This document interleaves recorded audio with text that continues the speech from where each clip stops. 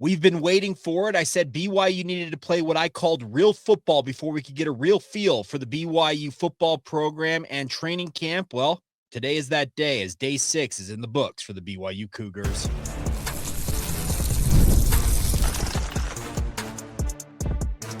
You are Locked On Cougars, your daily podcast on the BYU Cougars, part of the Locked On Podcast Network, your team every day. What's up, everybody? Welcome into Locked On Cougars, your daily podcast focused on the BYU Cougars. I'm Jake Hatch, executive producer of the KSL Sports Zone in Salt Lake City, Utah, and a 14-year credentialed media member at BYU. I am your resident expert and insider, your host here on this podcast, and as always, thank you for making Locked On Cougars your first listen of the day. Today's show, I guess this special edition of the show, is a recap of day 6 for the BYU football program, and today, you're going to hear from Kalani Sitake in our first segment, and then we'll hear from Salia Esera in the second segment. I do know that Chase Roberts, some of you are probably going to point this out, did speak to the media in general media sessions, but I was unable to film that, and due to YouTube rules and the like, I'm not going to put that on today's podcast because I'm only using the footage that I am shooting. But a little tease ahead because I got pulled away to talk to BYU assistant quarterbacks coach Matt Mitchell. Now, a new role for him, and you'll hear exactly what his new role entails and his role in determining the quarterback battle on our next regular edition of Locked On Cougars coming up tomorrow. But coming up right now, Kalani Sitake spoke to the media to kick off essentially week 2 for the BYU football program. They're nearly a week into training camp. They're now 25 days away from the start of the season. What did he make of practice? More importantly, what does he make of his team as they donned pads, full pads, I should say, for the very first time in training camp? And what did he take out of it as the Cougars actually tackled one another? Here's Kalani Sitake's thoughts on day 6. Practice today really good. We had some live work with the 1s, the 2s, and the 3s, and situational work. So a lot of good things. First time in full pads, so it was good to get some tackling in, get some tackling drills, all that stuff. So we're pleased with the way the team's working. Obviously, we had some mistakes. Just make sure those mistakes don't show up tomorrow and show up in the next practice. That's going to be the goal. And I don't expect us to not make any mistakes in practice, but I expect us to fix them and make sure that they're not occurring every time. So, but I think that's a given when you have what our defense is doing. We had a couple false starts and had the ball on the ground and a bad snap. But other than that, I think those are very fixable items. Got to go see how we did. Everybody doing their 111th. So, what questions do you guys have for me? Is there a quarterback that's starting to separate themselves at all? No, they're all playing at a high level, all of them, and so that's a good sign. Makes it more difficult. We asked them to make it difficult for us, and so they're doing that, and we just got to keep giving them situational work like today and some live work, even though the quarterbacks aren't live. Kind of seeing them, the decision-making process for them. Are they making great decisions in really difficult times, Kalani, with the situation with Pokai, are you concerned now with your running back depth? No, I mean, we've had a deep group for a while now. We're still waiting on what happens with Folau, with Hinckley, and so but I feel really confident with the rest of the guys. Obviously, the entire group, but we moved Preston Rex over there, and he's getting some good work, and Sean is doing great there, so I think we'll be in a good spot. So, outside of Chase, there's not a ton of experience in the wide receiver group. How do you feel they're coming along? Yeah, Parker's got a lot of experience. I mean, I think JoJo's getting more, but they're going to be fine. The talent's there. It's just putting it all together and making sure they're learning our system. It's the new guys like Reggie and Cody. But Cody's been here, so I think he's adapting really well. It's just a matter of getting him, shaking the mission legs off, and I think he's got him. He looks like the kid that ran routes in Corner Canyon. So I'm excited to see him. I thought he had a really good day today. The rest of the guys are doing great. Chase is leading the group, and I think that there's a lot of talent there. They just need to get used to our system and Fessie's expectations. Are you hoping that going this into week 2, what do you want to see as far as getting better? Yeah, well, we got we live work now, so last week was more of we're kind of acclimating to the game with pads on, and now we're going to be other than we had shoulder pads and helmets, but now we're going to be in full gear quite a bit. And I've said this before, I don't know any other way to get better at football than practicing it and having those sparring sessions. And so today was a good amount of live work. I'm sure guys got banged up, but that's okay. We just got to keep rolling with it. This was a scrimmage this weekend. Do you hope that will bring some separation in the quarterback battle? Yeah, I mean, everything matters, and so factors into it. Obviously, that scrimmage, we're going to have a full ref crew there, so we're going to be at the stadium. So I imagine the guys are going to be ready for that and be excited. We're trying to simulate what a game would be like, and I think that'll be a good moment for them. But it all matters right now. You talked about playing the bad snap. How concerned are you with? Has that been an issue throughout camp? Some bad snaps from Bruce and Kyle? No, I think it's hard when you have number 57 lining up right head up on you. So that makes things. I mean, we've had some really good D tackles do that to centers, and so he'll get used to it. It's just hard when you have a beast in front of you that you have to snap the ball and you have to move and keep him away from the quarterback or away from the ball carrier. So that's a hard task, but Bruce will be fine. I mean, it was one snap today that was Aaron. Other than that, it was a perfect day for him. And to follow up on Asa, seeing him with pads, how impressive you've been with him in camp with pads now on. Yeah, I mean he's always been an explosive player, but seeing him work with Sione and with Gary and with Jay in the system, I think we're leaning on his leadership. He's done a great job getting the energy up. You guys saw the end of practice. The defense has been like that every practice that he's been involved. So I think it's the things that he does off the field that helps our team more than anything, but it helps out too that he's very disruptive. Aaron Roderick was real complimentary of LJ, just how he's gotten his body in shape. Is he a guy that can carry the ball 25 times if needed? Yeah, I think he can carry more than that. I mean, I think he's in a position now where, last year he was just fighting to get back and get healthy. Now I think you guys can see it. He's a different guy, and he's kind of matured into his adult body, and it also helps that he knows the playbook. I mean, he's not struggling trying to memorize stuff, and so in fact he has ideas and thoughts on how we can block things, and that's when you got a guy that's kind of a veteran, and we can count on him. And he's becoming a leader too. And I said it before, the first 2 years LJ didn't talk much, and then now he's speaking up, and guys are listening. How is Tanner Wall adapting to his leadership role? Yeah, Tanner's always been a great leader for us, and I think even when he was playing special teams and had a limited role in defense, he was doing some really good things for us as a leader. So we'll always need that leadership. We have good quality leaders on the team, and I don't think you need to be a starter to be a leader, but it helps that he's had a significant amount of reps and starts under his belt, so we can lean on him. But I think the key to leadership is just if what they're saying makes sense, and if it's true, then we just abide by it. But it takes great guys that want to follow and humble guys that want to follow in order for a leader to excel. And Tanner's always been comfortable saying the right things at the right time. Coach, has any of the freshmen or the guys coming back from the missions impressed you or stuck out so far? They all have. I mean, I've been impressed with all the talent that we see. The guys are here, and I think something that's a little bit, and I probably shouldn't mention it, but it's like the D-line, the new guys at the D-line have done a great job understanding what we want from them, becoming really disruptive, and I have to give a lot of credit to those coaches that are getting them ready. So there's a lot of talent there, and probably not as much experience, and probably not a lot of known players other than Keanu, but those guys and JT, but those guys are going to get the job done, and we feel really excited about the depth at that team and at that position, and how competitive those guys are. You talked about wanting to play football to get better at it. Have you revised how often you may go live during this camp yet? Yeah, I mean we talk about it with our sports science group. We know how far we can push them. There's going to be a lot of times in practice that we'll go live, even if it's not a live. There's obviously live days, but even if we're not meant to be live, I think if we put full pads on, then how can you put full pads on and never go live? So we'll find ways for those guys to spar and get better. Coach, you talked about LJ's. Anybody else really stepping up as a vocal leader on the offensive side? Yeah, they all are. I mean, the whole entire O-line's doing that. I mean, you got Jada and you have Carson Ryan's becoming a leader. You have Andrew Gentry's becoming a leader, and Bruce Mitchell. I mean, all those guys. Waylon's always been a leader for us. Austin Lusa. So, I mean, Sonny Makassini. There's a lot of guys that we can count on that to be leaders for us, and I'm sure I'm leaving out a couple, but. The O-line are the biggest guys. Everybody listens when they talk, and fortunate for us, we have a lot of experienced guys there.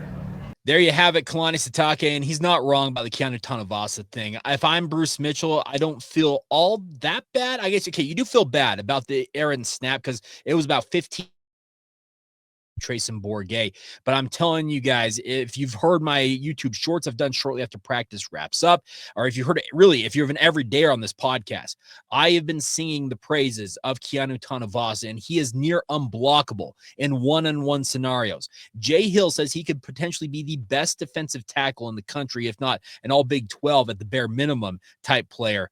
And he is showing that in practice. He is an absolute man amongst boys. And yeah, with the uncertain nature of Justin Kirkland's knee injury right now, you're going to need him to show out and the other defensive tackles to show out. I thought guys like Ulavai Fatuli, who was a freshman defensive tackle who had a whistle sack in practice, showed some nice things. John Talmoy Payao had a QB hurry at minimum. I may have been whistled a QB sack. It's so hard to determine sometimes when it comes to these practices when we're watching them. But Kalani Sitake, I think, is pleased with the way his team is going about stuff.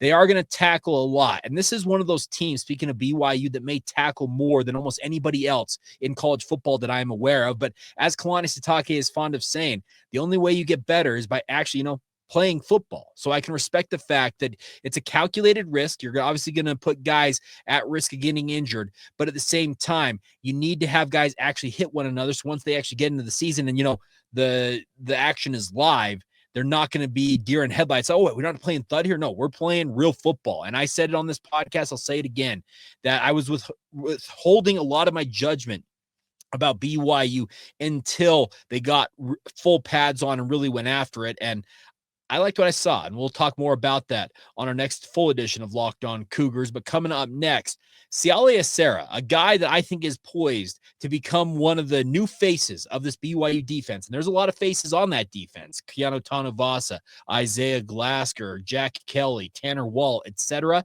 But I'm telling you, Siale Esera is kind of that future face for the BYU defense. And let's just put it this way. He's got some high goals for himself and, more importantly, for the team in 2025. And we'll get to that next right here on Locked On Cougars. Today's show is brought to you by our friends over at 5 Hour Energy. It's time to fuel up and turn it up with 5 Hour Energy and the transfusion flavor. It brings bold grape and ginger lime flavor for you guys when you're there, whether you're on the links or doing really anything else in your life, whether you're sinking birdies, just making those memories with your friends. It's a hole-in-one for your energy game. And the best part is some days on the course or off of it, you just need that extra boost to stay sharp and energized. And that's where the transfusion flavor from 5 Hour Energy can come into the mix and help you guys out. Golf is all about good times with good people and good flavors, of course. The grape ginger lime flavor gives you the best parts of your clubhouse go-to without chasing down that beverage cart that you may be looking for. But if you go to 5hourenergy.com right now, that's the number 5hourenergy.com. You can use the promo code LOCKEDONGolf and get 20% off your order, my friends. This offer is only valid until September 30th on one order and cannot be used with other promotions. The code is not good on subscription orders. Whether you're meeting up with friends or trying to turn 18 holes into 36, get the energizing boost you need to power through and order transfusion flavored 5 Hour Energy shots today, courtesy of our friends over at 5 Hour Energy. Thank you once again for making Locked On Cougars your first listen of the day. If you want the latest when it comes to BYU practice, my insider notes that I'm taking during media observations, sign up for the Locked On Cougars insider group. We've seen a nice influx of you who have signed up recently. The best part is those are who are new, and if you sign up today, you get a 14-day free trial. You can pretty much cover the rest of training camp and get the inside intel that I'm gathering for you guys down there in Provo, and you can do it for just $5 a month beyond the 14-day free trial. The link is in the show notes below, or reach out to us via social media and we'll get you squared away when it comes to the Locked On Cougars insider group. All right, time now to let you hear from Siale Esera, BYU linebacker. As you're going to see, if you're watching this on YouTube and if you're listening to it wherever you get your podcasts, I don't care either way. You subscribe to the show. I appreciate it all. But you're going to see he has some battle wounds. He got beat up. I'm not sure. He was telling the coaches and the trainers it was like a helmet deal where his helmet kind of came down and scratched his forehead, but he's sporting some battle scars. But the nice part is this is a young man who has got very, very specific and high goals for himself. And beyond that, he thinks this BYU defense is capable of a whole lot more than they did in 2024. And let's be honest, it was a pretty darn good defense last year. So without further ado, here is Salia Asa speaking to the media earlier today. Well, how would you evaluate second week getting in pads? It's got to feel a little more like real football now, right? Yeah, it's been good. First day going at it, tackling to the ground, it feels good just to be back at it. The physicality of the game is never lost. Always got to keep going. But it's just a good start. We're only second week, beginning of second week, so we still got much to improve on and a long way till our goal. So we still just got to keep going. Where have you improved the most as a linebacker? I feel like just being able to know my assignment and my job, and then being able to act upon it. It's been good. I've been in this defense starting around 2.5 years now, so got to get to know it for a little while. So it's been good. When it comes to this defense in particular, you said you've been in it 2.5 years. What's the most difficult part to master? I would say just we have a lot of plays. Just being able to memorize each and every one of them, and then what comes along with those plays, as well as checks and formations that we run and things that it's a very complicated defense, but not too complicated for us. We spend a lot of time practicing and upstairs in the film and just making sure we're dialed in, trying to keep those plays fresh in our minds. How much better can this defense get this year, in your opinion? Oh man, I think for us the sky's the limit, man. I feel like we can go all the way this year. That's my goal and the expectation we have as a team. And right now we're just building style, putting together the building blocks to make that happen. What are some of the goals that you have individually that you want to accomplish coming out of camp and then during the season? Individually, I want to be all Big 12, most definitely. And then going in, I want to be undefeated, as a team. Coming out, and we left some out on the field last year, and I want those back, And it's not just me, it's also just a team thing, a goal for everyone here. Coach talked about the defensive line. He said the young guys have been stepping up along the front. Have you noticed that with them in front of you? Yes, they're doing good. We got a lot of big guys. They're young, but they're definitely not lacking in athleticism and size. And so they're getting the defense little by little, and it's been pretty good. What's it like playing with Keanu? It's amazing. He's a leader on and off the field. He helps speak up for us, and he also helps lead. And he's a really good leader in the whole team's eyes, and so it's been really nice just being able to rely on him and play with him on the field. What do you take from Isaiah and Jack in particular, just because they were so accomplished a year ago? Oh yeah, they're amazing. Zay's freakishly athletic. He's good. So is Jack. Just having those two guys who've played a lot. On both sides of me, it helps me and the whole team.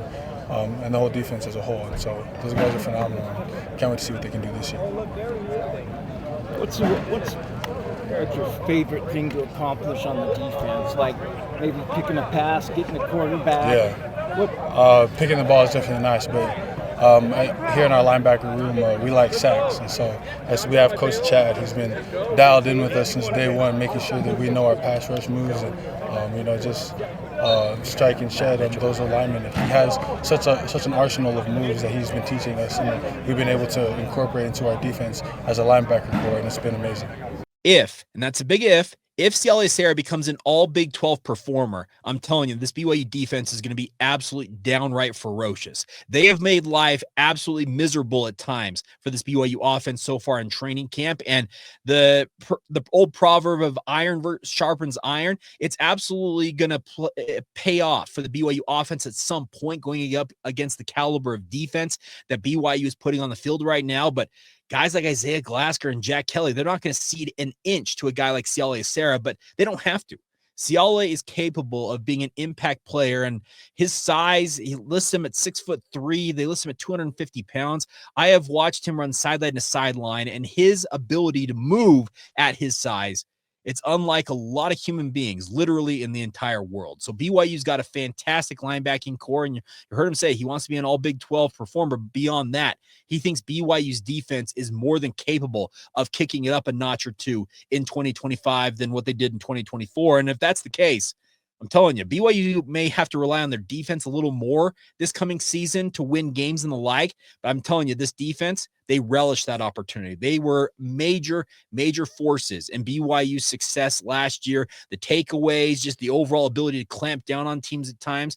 Well, if they can do that again this year, it's going to give an offense that may need the early part of the season to find its footing, the opportunity to do just that, because they'll hold down the fort and make the plays necessary, it feels like, to help BYU win football games. And that's a pretty nice thing to have in your back pocket if you're Jay Hill, Kalani Sitake, and the rest of the BYU Cougars.